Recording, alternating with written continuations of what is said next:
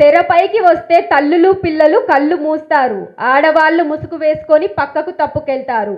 Negative roles, villain పాత్రలను పోషిస్తూ cinema, TV రంగాల్లో తనదైన ముద్ర వేసిన అసలైన నటుడు వైభవ్ సూర్య గారు క్రాస్ రోడ్స్ చిత్రంలో ఎస్ఐ రాఘవ పాత్రగా ఒక ప్రత్యేక ఆకర్షణగా నిలిచారు. నచ్చిందా సార్? ఇప్పుడు థ్యాంక్ యూ అమ్మా. ఈ చెప్పింది మళ్ళొకసారి నాకు సార్ వాట్సాప్ చేయమ్మా. అందరికీ నమస్కారం. చాలా ఎక్సైటింగ్గా ఉంది. పెద్దలందరికీ నమస్కారం.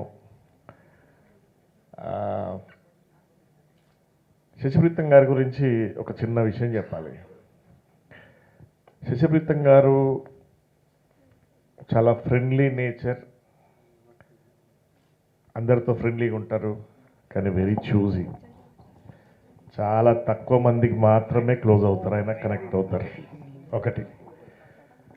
రెండోది, అందరూ మ్యూజిక్ డైరెక్టర్గానే శశిప్రీతం గారిని మనం ఊహించుకుంటాం, కానీ ఆయనలో 24 క్రాఫ్ట్స్కి సంబంధించిన వాళ్ళందరూ ఉన్నారు.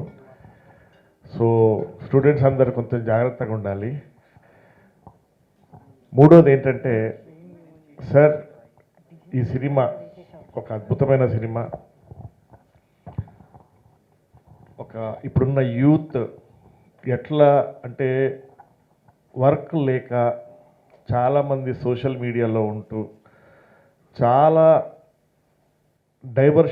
డైవర్షన్స్లో ఉంటున్నారు వాళ్ళు. అలాంటి వాళ్ళు స్టూడెంట్స్ కానివ్వండి, ఫ్యామిలీస్ కానివ్వండి, ఈ సినిమా చూసి వాళ్ళని కంట్రోల్లో పెట్టుకోవాలని చెప్పేసి నేను విజ్ఞప్తి చేస్తున్నాను.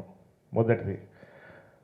రెండోది ఏంటంటే, చాలా సంవత్సరాల తర్వాత మనకి మన తెలంగాణ గవర్నమెంట్ నుంచి అవార్డ్స్ ఇవ్వబోతున్నారు.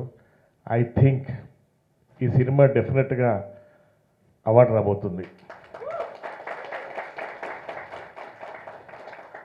సినిమా చిన్నదా పెద్దదా కాదు, సినిమాలో కంటెంట్ ఏమున్నదే కావాలి మనకి.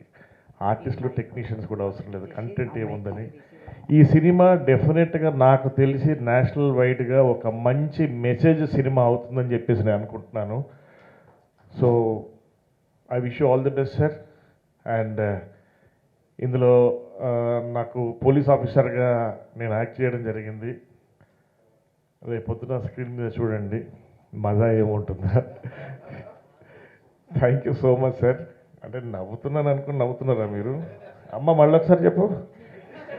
థ్యాంక్ యూ సో మచ్ అండి. Thank you so much sir. Thank you.